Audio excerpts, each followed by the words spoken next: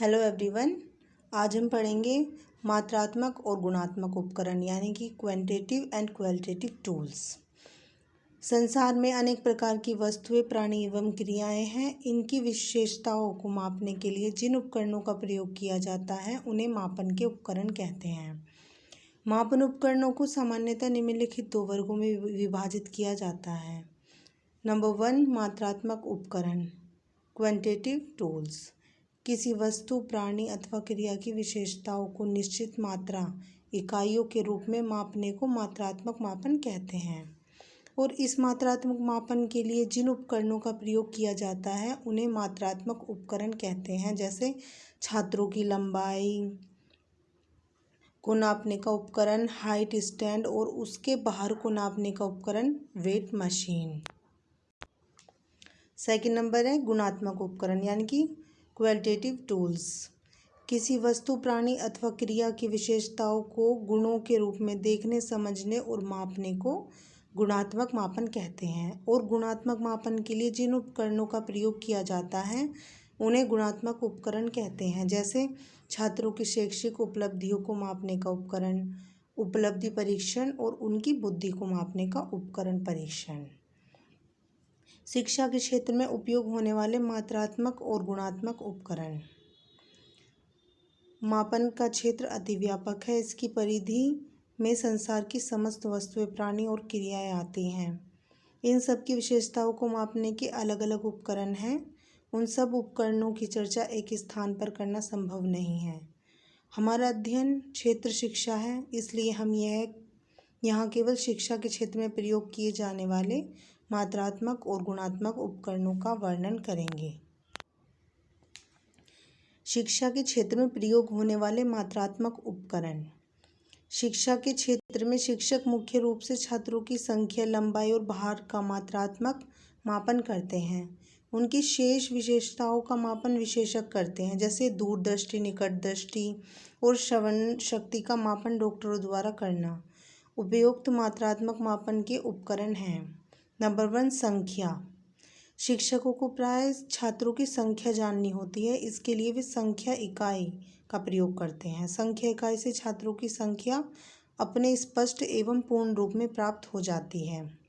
Second, height stand. यह एक ऐसा उपकरण है जिसमें एक लड़की अथवा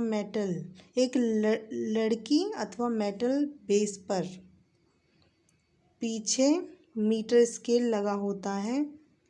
इसके आगे वह खड़ा होता है जिसकी लंबाई मापनी होती है। इससे छात्र की पैरों से लेकर सिर तक की लंबाई को मीटर, सेमीमीटर, मिमी में मापा जाता है। Third number, weight machine. इस पर छात्र को खड़ा किया जाता है। जैसे ही छात्र दोनों पैर रखकर मशीन के बेस पर खड़ा होता है, उसमें लगी वेट चक्री में उसका वेट किलोग्राम में आ जाता है। शिक्षा के क्षेत्र में प्रयोग होने वाले गुणात्मक उपकरण। शिक्षा के क्षेत्र में गुणात्मक मापन का क्षेत्र बहुत व्यापक है। शिक्षा के क्षेत्र में छात्रों की शैक्षिक उपलब्धियों, मानसिक शक्तियों और मनोवैज्ञानिक ट्रेट्स का मापन किया जाता है। शिक्षकों की योग्यता, शिक्षण कौशल और छात्रों के प्रति उनके व्यवहार का मापन किया जाता है। प्रधानाचार्यों की कार्यविधियों का मापन किया जाता है। शिक्षा नीति की उपयोगिता और शैक्षिक प्रशासन की प्रभावशीलता का मापन किया जाता है। और अभिभावकों की क्रियाओं का मापन किया जाता है। शैक्षिक मापन का क्षेत्र व्यापक है तो उनके मापन को उपकरण भी अधिक हैं। कुछ मुख्य गुणात्मक उपकरण हैं। नंबर 1, अवलोकन। अवलोकन से तात्पर्य किसी वस्तु, प्राणी अथवा क्रिया की विशेषताओं को आँखों से देखकर और मन मस्तिष्क से समझकर मानक शब्दों में प्रकट करने से होता है। अवलोकन व्यक्ति के व्यवहार का मापन करने की अति प्राचीन विधि है। सेकंड नंबर पे आता है साक्षात्कार यानी इंटरव्यू। इस विधि में मापनकर्ता अथवा मूल्यांकनकर्ता उस व्यक्ति अथवा छात्र से सीधा संपर्क करता है जिसकी किसी विशेषता अथवा उस पर किसी क्रिया के प्रभाव का पता लगाना होता है।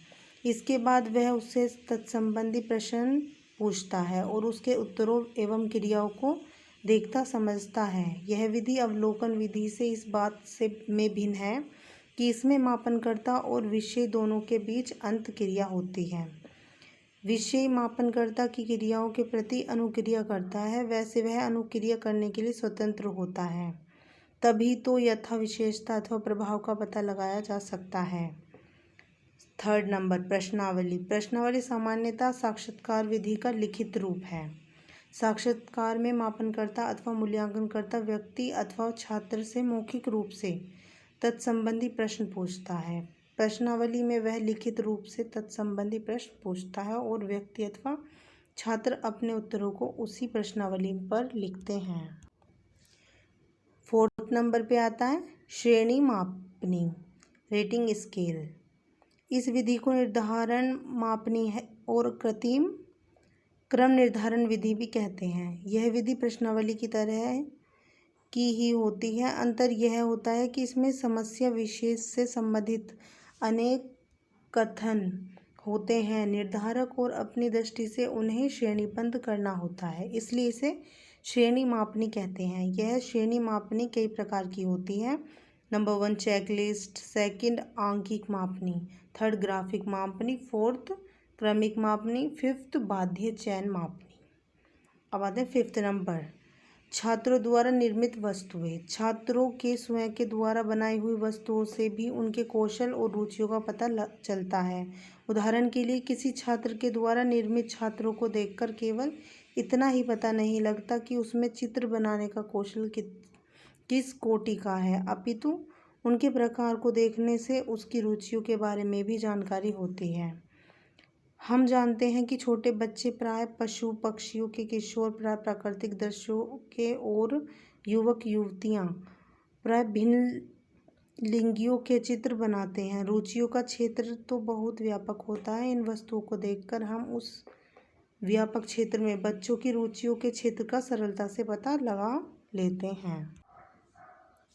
अब आते हैं 6th नंबर यानी अभिलेख, records.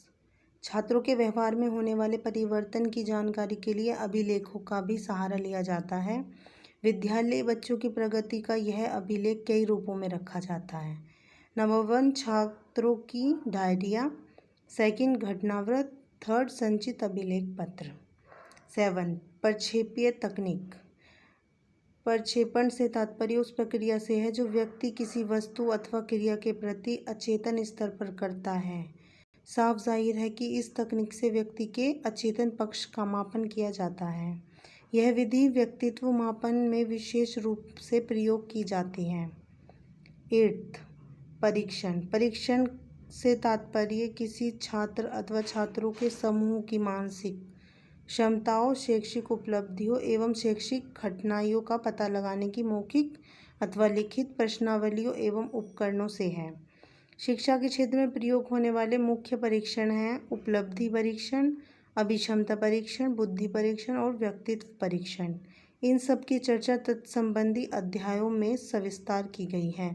Thank you so much. Please subscribe my channel and और भी अच्छी वीडियो देखने के लिए प्लीज़ सब्सक्राइब करें मेरा चैनल और वीडियो को करें लाइक। और अगर आपको और भी किसी टॉपिक पर वीडियो चाहिए तो प्लीज़ कमेंट करें। Thank you so much.